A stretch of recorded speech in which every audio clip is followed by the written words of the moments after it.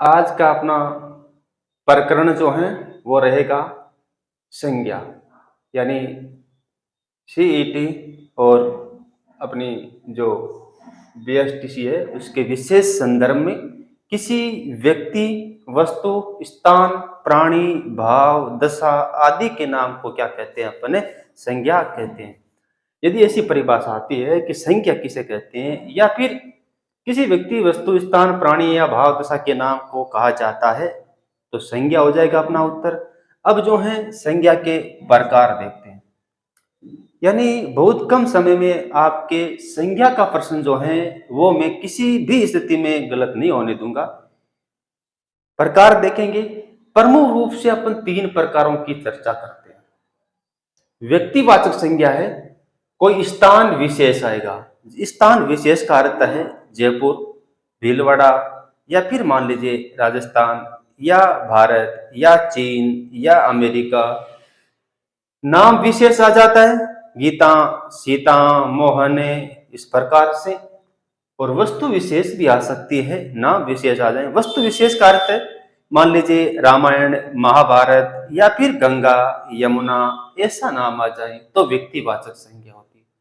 व्यक्तिवाचक संज्ञा को हम लोग तभी पहचान पाएंगे जब अपने ध्यान में होना चाहिए कि ये क्या चीज है, पहले से जानते हम। यदि हम जानते हैं कि गीता एक पुस्तक है, धार्मिक ग्रंथ है जो पूरे संसार में एक ही है, चाहे कुरान की बात आ जाए, चाहे बाइबल की बात आ जाए, और चाहे किसी भी प्रकार के ग्रंथ, रामायण, महाभारत या फिर मान लीजिए कामायनी या फिर रामचरितमानस, कोई चीज जो संसार में अपने आप में एक है वो व्यक्तिवाचक संज्ञा के अंतर्गत आती है।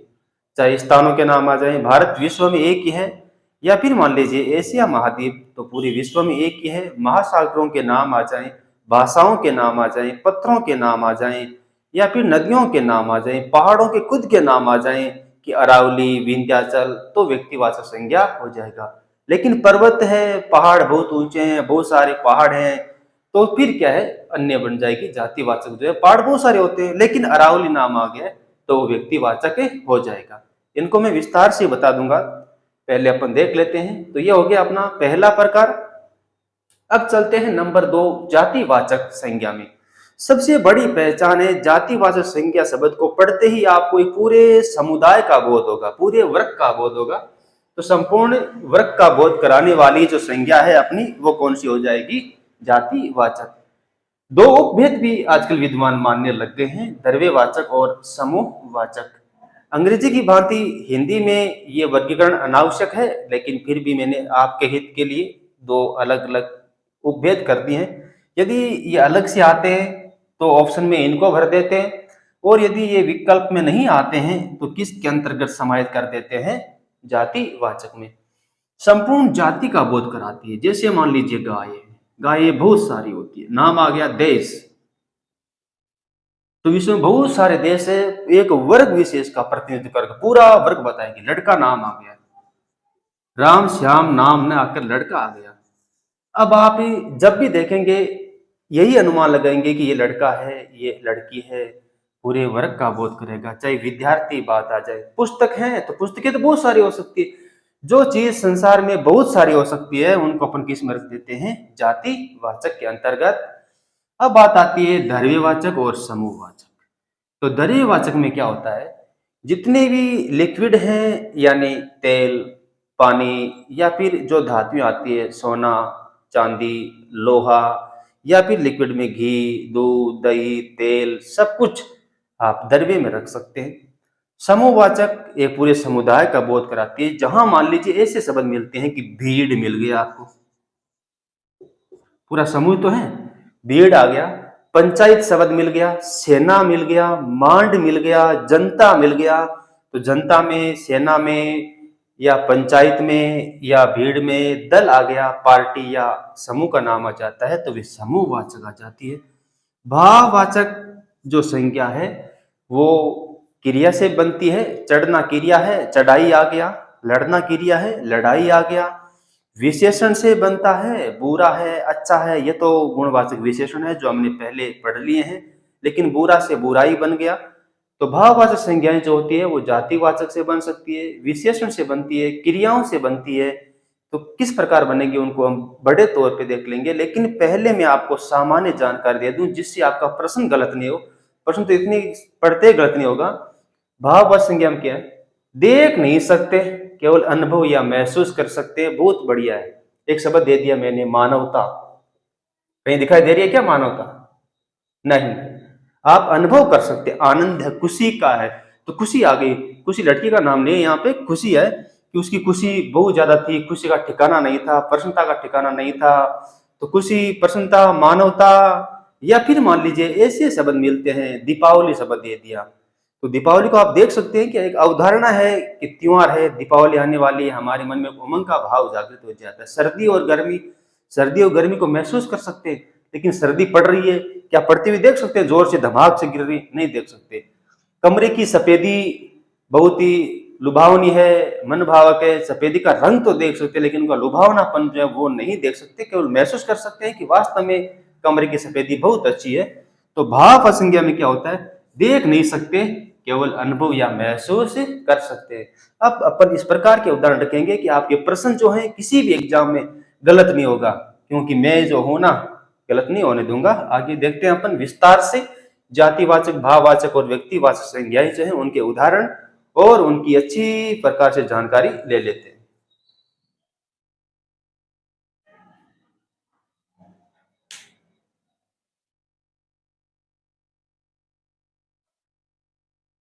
आगे अपन देखते हैं व्यक्तिवाचक संज्ञा। किसी व्यक्ति विशेष, विशेष नाम आएगा बार बार, किसी व्यक्ति विशेष, स्थान विशेष, प्राणी या वस्तु विशेष संसार में एक ही होगी जी, दूसरी नहीं होगी।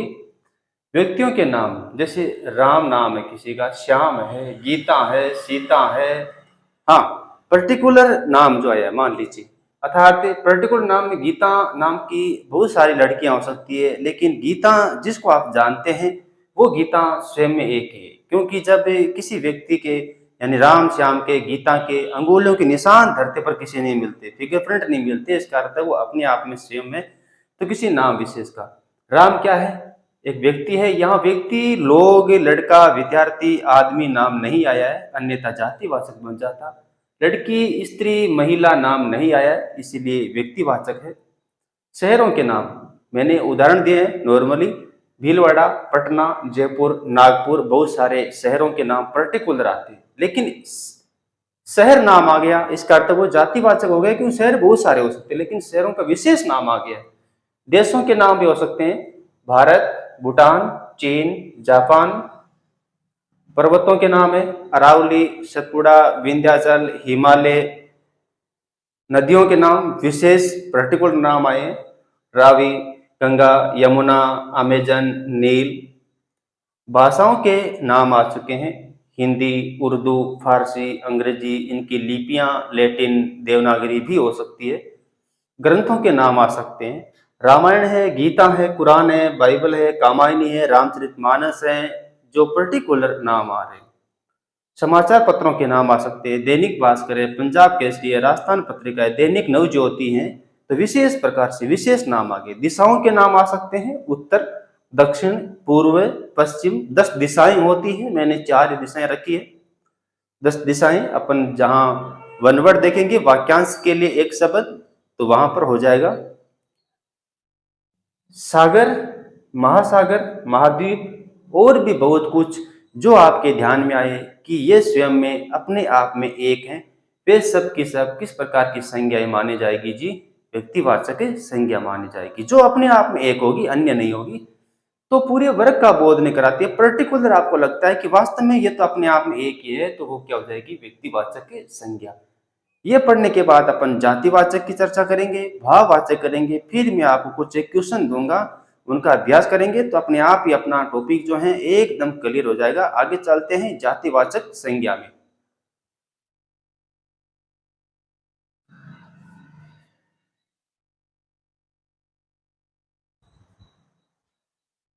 आगे पढ़ते हैं अपन जातिवाचक संज्ञा। जातिवाचक संज्ञा में क्या होगा? जो किसी स्थान, वस्तु, प्राणी के पूरे वर्ग या समुदाय का, पूरे वर्ग या समुदाय का बोध करवाएगी। वो क्या होगी, अपनी जातिवाचक संज्ञा होगी। अब भी न समझ में आए, इनके गुणों को देखकर, इनके गुणों को देखकर आप पहचान सकते हैं। जैसे मान लीजिए इत्र होता है, सेंट होता है, उसकी खुशबू, उसकी महक या उसकी गंध से आप पहचान जाते हैं कि ये इत्र है, उसको बताने की आवश्यकता नहीं। लेकिन रामायण या राम श्याम या फिर आपने मान लीजिए चीन आदि देशों के बारे में आपकी धारणा नहीं है कि वो देश है क्या है, तो आप फिर व्यक्तिवाचक संज्ञा का अंतर नहीं कर पाएंगे। छात्र, विद्यार्थी और लड़का, जहां भी आपको स्कूल गणवेश में कोई लड़का दिखेगा, आप सीधी धारणा बना लेंगे कि वो छात्र है, विद्यार्थी है, लड़का है। तो उसके गुणों को देखकर ही आप कर रहे हैं। लड़के लड़के में अंतर समझ में आ जाए तो लड़का है या लड़की है। मैंने सबसे जो कर प्रमुख बात निकाली है मेरे हिसाब से, बहुत महत्वपूर्ण है, काफी इंपॉर्टेंट है। व्यक्तिवाचक संज्ञाएं बहुवचन में नहीं होगी, बहुत रेयर केस है और हो ही नहीं पाएगी। अब राम श्याम है, रामो श्यामो नहीं बनेगा, हिमालयों नहीं बनेगा, या फिर रामायणों नहीं बनेगा, चीनो नहीं बनेगा, भारतो नहीं बनेगा, भारत से भारतो नहीं बनेगा। उसी प्रकार से मान लीजिए दिशाओं के नाम है, उत्तरो दक्षिणों नहीं बनेगा, उत्तर दिशा है, दक्षिण दिशा है। तो आप एक काम कीजिए, आप जो भी आपके सामने क्वेश्चन आया हुआ है तो आप उसके अंतर्गत क्या करते हैं, बहुवचन की ट्रिक बनाइए। नहीं बनती है, लेकिन यहाँ देख लीजिए, इत्र हो सकता है, छात्रों, विद्यार्थियों, लड़के, पुस्तकें। गेहूं अपने आप में स्वयं में ही बहुवचन एक दाना नहीं हो सकता गेहूं का। गाय है तो गायें, शहरों, ऐसे बहुत सारे शब्द जो मैंने रखे हैं उनके बहुवचन बनते हैं, लेकिन व्यक्तिवाचक के बहुवचन नहीं बनते। तो जिनके बहुवचन बनते हैं वो अपने आप में कौन सी हो जाएगी, जातिवाचक, या इसके अन्य रूपों में हो सकती है, लेकिन व्यक्तिवाचक नहीं बनेगी। भाववाचक को आप देख नहीं सकते, सुन नहीं सकते, केवल महसूस कर सकते हैं, अनुभव कर सकते हैं। तो जिनको आप देख नहीं सकते, सुन नहीं सकते, महसूस कर सकते हैं, या फिर ता, तव, ये आदि प्रत्ययों से बनने वाली होगी, तो वो भाववाचक हो जाएगी और अपने आप बच जाएगी अपनी जातिवाचक। तो पहचान में कोई दिक्कत नहीं है, कोई ज्यादा कोई टेंशन वाली बात नहीं है। तो गाय है, गायें बहुत सारी हो सकती है, जर्सी, और वो सारी उपजातियां ही है उसकी, गाय जाति जो है उसकी उपजाति है। इसी के अंतर शहर, अब शहर तो बहुत सारे शहर हो सकते हैं, पता नहीं कौन सा शहर है। शहर एक धारणा ही है, जो ग्रामीण क्षेत्र है, गांव है, उसके अपोजिट में क्या हो जाएगा, शहर है। शहर का अर्थ है जहाँ गाड़ियां चलती है, भीड़ भड़ाका होता है, सड़कें, शहरे, बड़े बड़े बंगले, वही शहर है। ऐसे शहर बहुत हो सकते हैं। देश है, देशों में पर्टिकुलर नाम नहीं आया है भारत चीन का, जहां पर्टिकुलर नाम नहीं आता है। भाषा है, अब ये नहीं दिया हुआ है उर्दू हिंदी। पत्रिकाएं हैं, नदियां हैं, भारत में बहुत सारी नदियां बहती है, या यहाँ अनेक नदियों का या 3 नदियों का संगम होता है, तो नदियां हो जाएगा। लोग, महिलाएं, महिला एक नहीं है, बहुत सारी महिलाएं। जहां कोई झुंड का, समूह का, पूरे वर्ग का, समुदाय का बोध करवाए तो वो जातिवाचक संज्ञा हो सकती है। ये पशु है, पशुओं का ध्यान रखना कहीं खेत में न घुस जाए, लेकिन पशु के आपने जोड़ दिया पशुता, मानव से मानवता, पशु से पशुता, तो फिर ये भाववाचक संज्ञा बन गई है। पामीर का पठार नहीं है, केवल पठार दिया हुआ है। पामीर का पठार होता तो फिर व्यक्तिवाचक बन जाता। पर्वत है, यहाँ अनेक नदी नाले, पर्वत, पहाड़, झरने हैं, तो पर्वत है, पर्टिकुलर नाम नहीं। मैदान है, दक्षिण भारत का मैदान नहीं, गंगा का मैदान नहीं है, केवल मैदान है। राज्य है, मकान है, बहुत सारे मकान है, टेबल है, कलम यानी पेन बहुत प्रकार के हो सकते हैं। आदमी बहुत सारे हो सकते हैं, लोग, पेड़ बहुत सारे हो सकते हैं, पौधे, झरने, बाग बगीचे, खेत खलियान, पक्षी। कहने का अर्थ है जो बहुत सारे हो सकते हैं, जो पूरे दल का बोध करवाते हैं, वो जातिवाचक में आता है। जिनसे आप बहुवचन नहीं बना सकते उनको अपन पर्टिकुलर तौर पे देखें तो वो व्यक्तिवाचक हो जाएगी। तो जिनको इस प्रकार देखेंगे तो व्यक्तिवाचक हो जाएगी। जो बहुवचन में बदल रहे हैं, पूरे दल का, समुदाय का, वर्ग का बोध करवा रहे हैं, तो वो जातिवाचक में आ जाएगी। अब जातिवाचक के अंतर्गत ही अपन द्रव्यवाचक और समूहवाचक की चर्चा कर लेते हैं। यदि ऑप्शन में अलग से नहीं आता है तो इनको जातिवाचक के अंतर्गत माना जाता है। यदि ऑप्शन में अलग से आ जाए विशेष, तो वहां पर उसको ही भरना है कि समूहवाचक में आया है या फिर मान लीजिए द्रव्यवाचक में आया है। तो जातिवाचक के ही भेदों के अंतर्गत मैंने रखा है, उनकी चर्चा कर लेते हैं एक बार।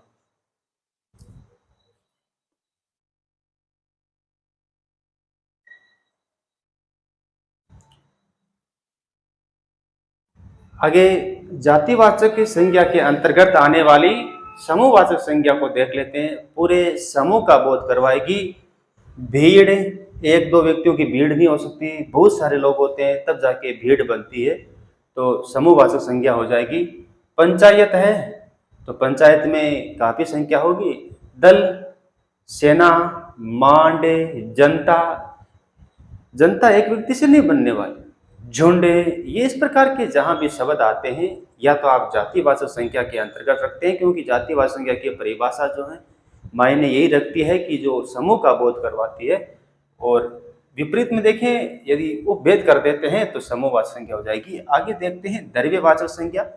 तरल पदार्थ या धातुएं जो होगी वो अपन किस में रखेंगे?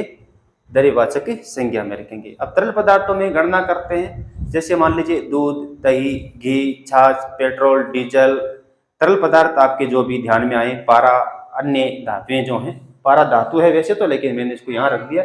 सोना, जस्ता, अब्रक, चांदी, लोहा, तांबा, टंगस्टन, बहुत सारी चीजें हो सकती है जो धातुएं हो। तो धातुएं या फिर द्रव्य पदार्थ होते हैं उनको यहाँ रखते हैं और एक समूह का बोध करवाने वाली समूहवाचक में रख देते हैं। यदि ये वस्तुनिष्ठ प्रश्नों में नहीं आते हैं, विकल्प नहीं दिया गया है, तो फिर जातिवाचक है और पर्टिकुलर ये विकल्प दे देते हैं कि मान लीजिए सेना शब्द में कौन सी संज्ञा है, तो व्यक्तिवाचक दे दिया, जातिवाचक दे दिया, भाववाचक दे दिया और आपको समूहवाचक संज्ञा दे दिया, तो यह करना है। और फिर मान लीजिए सेना में कौन सी संज्ञा है, व्यक्तिवाचक दे दिया, जातिवाचक दे दिया, भाववाचक दे दिया, इनमें से कोई नहीं, तो फिर आपको जातिवाचक संज्ञा के अंतर्गत करना होगा। अब अपन देखते हैं भाववाचक संज्ञाएं जिनको देख नहीं सकते, केवल महसूस कर सकते हैं।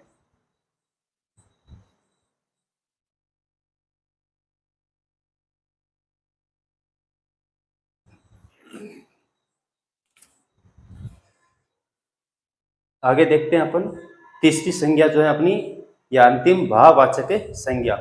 जिन शब्दों से व्यक्तियों, पदार्थों के धर्म, गुण, अवस्था, दशा का बोध होता है वह भाववाचक संज्ञा होती है।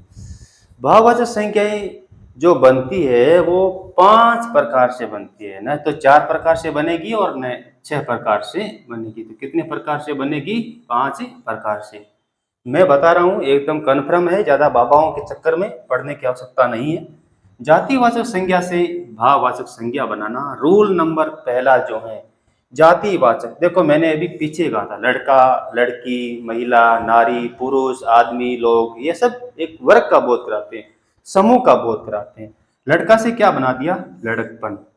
नारी है, नारीत्व जोड़ दिया है, त्व प्रत्यय जो है जुड़ा है। नारी, नारियां हो सकता है ना, नारीत्व हो गया। पुरुष से पुरुषत्व हो जाएगा। चिकित्सक है, डॉक्टर हैं, डॉक्टर बहुत सारे हो सकते हैं, जातिवाचक है, लेकिन चिकित्सा, अब भाव आ रहा है, आप उनकी जो कार्य पद्धति है, डॉक्टरी का काम है, उसको देखते हैं तो चिकित्सा बन जाएगा। पशु है, आवारा पशु, बहुत सारे पशु होते हैं, गाय, भैंस, भेड़, बकरी, सब पशु में आते हैं, लेकिन पशुता। चोर है, ये एक जाति है चोरों की, बहुत सारे चोर होते हैं, लेकिन चोरी का भाव, चोरी करने का भाव आ रहा है ना उसके अंदर, वो चोरी करेगा। मर्द से मर्दानगी बना दिया गया है। तो पहला नियम जो था अपना वो था जातिवाचक संज्ञाओं से भाववाचक संज्ञा बनना। नंबर 2 है विशेषण से भाववाचक संज्ञाएं बनाना। बहुत आसान है, विशेषण से भाववाचक संज्ञा बनाते हैं। कोई व्यक्ति की विशेषता बताई जा रही है तो वही विशेषण होता है। बूढ़ा आदमी जा रहा है, इसका अर्थ है आदमी की विशेषता है कि वो बूढ़ा है, बूढ़ा विशेषण है। बूढ़ा से बुढ़ापा कर दिया, ये सब क्या आता है? आपा प्रत्यय से। मधुर है, उस व्यक्ति का स्वभाव मधुर है, इसका अर्थ उस व्यक्ति की विशेषता है। वह सजन है, सजन से सजनता कर दिया, मधुर से मधुरता कर दिया। भूखा आदमी भिखारी है, भूखा है, ये उस आदमी की विशेषता है कि उसके पेट में चूहे कूद रहे हैं, भूखा है, लेकिन भूख कर दिया है भूखा से। तो ये जातिवाद विशेषण से क्या बन गया है? भाववाचक संज्ञा। गरीब है, अमीर, गरीब, तो वो तो विशेषता है। गरीबी, अमीरी, ये अपने आप में भाववाचक संज्ञा है। मीठा है, किसी पदार्थ की विशेषता बताई जा रही है कि मीठा है, लेकिन यहाँ मिठास कर दिया है, मिठास अपने आप में भाववाचक संज्ञा बन गई है। ऊंचा है, नीचा है, ये स्थान की अवस्था बताई जा रही है। ऊंचा से ऊंचाई करते ही भाववाचक बन गया। कंजूस व्यक्ति, उस व्यक्ति की विशेषता थी, विशेषण है, कंजूस है, लेकिन कंजूसी हो गया। दही खट्टा होता है, खट्टा से खटास कर दिया, तो क्या हो गया? विशेषण से भाववाचक संज्ञाएं बन गई है। ऐसे बहुत सारे उदाहरण है, लेकिन इसमें एक चीज और भी है। जातिवाचक संज्ञा से बना भाववाचक संज्ञा शब्द कौन सा है, तो भी अपना प्रश्न सही हो जाएगा। यदि इतनी बारीकी से क्वेश्चन पूछ लिया जाए एग्जाम में कि जातिवाचक संज्ञा से निर्मित भाववाचक संज्ञा शब्द कौन सा है, तो लड़का से लड़कपन बना हुआ है, नारी आप देखेंगे कि जाति का बोध करा रही है और नारीत्व है, इसका अर्थ ये भाववाचक संज्ञा किससे बना हुआ है? जातिवाचक से। यदि इतना बारीकी से डीपली क्वेश्चन आए तो भी सही हो जाएगा। क्रिया से भाववाचक संज्ञाएं बनाना या बनती जो है।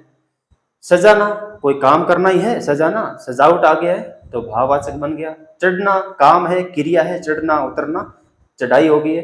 खेलना ये क्रिया है, वर्ब है अपने आप में, खेलना, खेल अपने आप में भाववाचक। झुकना, नीचे झुकिए, ऊपर है, या झुकाव का भाव आएगा, झुकाव हो जाएगा।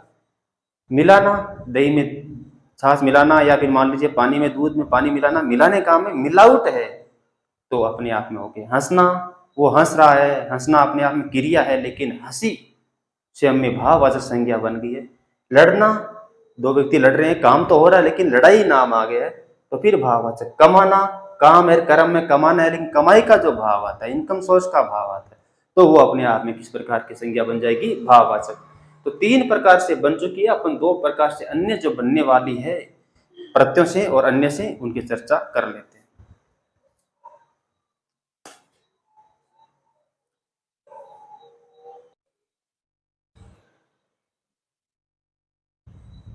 भाववाचक संज्ञा शब्द जो हैं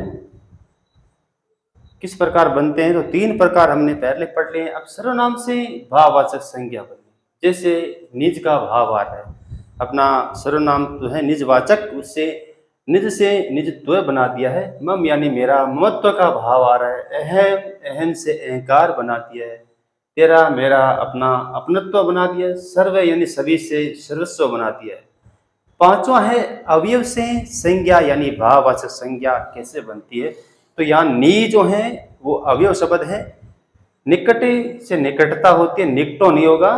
तो जिनके बहुवचन नहीं बनते, जिनका लिंग रूप परिवर्तन किसी भी अवस्था में नहीं बदलते, वे शब्द अवयव होते हैं, जिनकी चर्चा अपन बाद में कर लेंगे। नीचे से नीचता बना दिया है, दूर से दूरी बना दिया गया है, दिक से धिक्कार बना दिया गया है। अब मैंने नोट में डाल दिया है ता, त्व, पन, इयत, आहट, ई, तय और ये प्रत्ययों से अन्य शब्द भाववाचक संज्ञा बन जाते हैं। प्रत्यय जब पढ़ेंगे तो ये चीज और क्लियर हो जाएगी। ये प्रत्यय शब्द है अपने पास उचित, और प्रत्यय क्या जोड़ दिया? ये प्रत्यय को आप एक बार देख लीजिए। ये प्रत्यय जो है जिस भी शब्द के साथ जुड़ता है उस शब्द को दीर्घ कर देता है, लेकिन दीर्घ का नियम है ए जाएगा आ में, ये जुड़ता है तो ई, बड़ी ई और ए आई में जाएंगे, ओ छोटा बड़ा और ओ औ में जाएंगे। तो पहले तो ओ का बना दिया आपने औ, इतना काम कर दिया। अब अपन चलते हैं, और ये जिस शब्द के साथ जुड़ता है पास वाले को आधा कर देगा। तो यहां तक तो कोई गड़बड़ नहीं है, ची का ची रख दीजिए, इस तय को आधा करने पड़ेगा, शब्द बन जाएगा औचित्य। क्या बन जाएगा? औचित्य। तो यह प्रत्यय जो जुड़ता है वहां पर भी भाववाचक संज्ञा बन जाती है। शब्द है आपके पास महात्मा प्लस ये प्रत्यय आपने जोड़ा। मैंने पहले कहा था यह प्रत्यय जुड़ता है, शब्द के प्रथम वर्ण को दीर्घ कर देता है, मैं का मां कर दिया आपने। अब जिसके साथ जुड़ता है पास वाले को तोड़ देगा, चाहे ए है तो भी आधा कर देगा, आ है तो भी आधा कर देगा, चाहे कोई मात्रा हो। तो महा तय तक तो चलते रहिए, इसको तोड़ दीजिए, मैं आधा कर दीजिए, और ये महात्म्य ये शब्द बन गया। ये प्रत्यय का प्रभाव है, जो अपन प्रत्यय पढ़ेंगे उस समय और हो जाएगा। अब अपन चर्चा करते हैं कि कब, जब मान लीजिए भाववाचक संज्ञाएं होती है, जातिवाचक को बहुवचन बना देते हैं, तो क्या भाववाचक बन जाती है? या फिर व्यक्तिवाचक संज्ञाएं बहुवचन में होती नहीं है? यदि बहुवचन में होती है तो फिर वो व्यक्तिवाचक संज्ञाएं नहीं होती, जातिवाचक बन जाएगी। जो नियम है, अपवाद है, वो अपन देख लेते हैं। व्यक्तिवाचक संज्ञाएं बहुवचन में आकर जातिवाचक संज्ञा बन जाती है। नोट डाला गया है, व्यक्तिवाचक संज्ञाएं बहुवचन में आकर जातिवाचक संज्ञा बन जाती है, या फिर व्यक्तिवाचक का जातिवाचक बनना किस प्रकार निर्भर करता है? इन रावणों से बचो। रावण एक वचन है, एक वचन है तो अपने आप में व्यक्तिवाचक है, लेकिन बहुवचन बना दिया। यह बात मैंने आपको पहले बता दी थी कि कोई भी व्यक्तिवाचक संज्ञा जब बहुवचन में आती है तो वो जातिवाचक बन जाती है, या फिर कोई भी व्यक्तिवाचक संज्ञा बहुवचन हो ही नहीं सकती। जैसे राम से रामो नहीं हो सकता, भारत से भारतो, चीन से चीनो नहीं होगा, हिमालय से हिमालय नहीं होगा, हिंदी से हिंदो नहीं होगा, बहुवचन बनेगी नहीं।